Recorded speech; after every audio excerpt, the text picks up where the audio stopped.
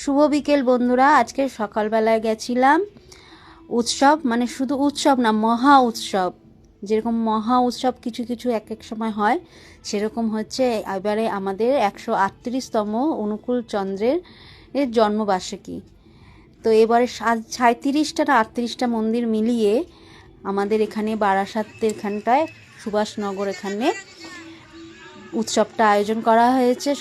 সব মন্দির মিলিয়ে মানে উৎসব হয়, যেরকম সাগর গঙ্গাসাগর উৎসব, সেরকম মহা গঙ্গাসাগর যে উৎসবটা হয়েছিল সেরকম এটা মহা উৎসব হয়েছে।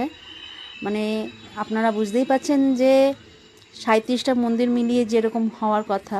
সকালবেলায় গেছি সবাই মিলে। তা আমরা তো অনুকূলচন্দ্রের দীক্ষিত ঠাকুর, অনুকূলচন্দ্রের মানে আমার বাপের বাড়ির সবাই, আমার মা, দিদি, জায়মুর মেয়ে, আমার মানে আমার কাকারা, জ্যাঠারা, জেঠিরা, কাকিরা, ছেলেমেয়েরা এবং আমার শ্বশুরবাড়িরও সবাই, আমার মেয়েও এই যে সব এখানে যার মন্দিরের থেকে এসছেন, সবাই এখানে বসে আছেন, অর্ঘ্য নিচ্ছেন।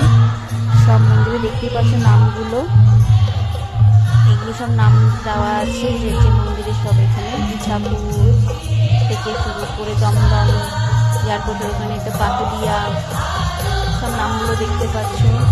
বিশাল বড় উৎসব হচ্ছে, অসাধারণ ভালো লাগছে। তার সাথে আজকে এত রোদের তাপ ছিল যে অস্বাভাবিকভাবে মাথা যন্ত্রণা হচ্ছিল এবং অনেকে বয়স্ক মানুষ যারা ছিলেন তারা অসুস্থ হয়ে গেছিলেন, সেই ব্যবস্থাও করা ছিল ওখানটায় মেডিকেলে।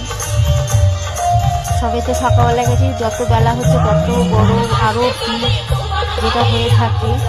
10 কোটি যদি মানুষ এসে থাকে তো সেখানে কিরম হতে পারে।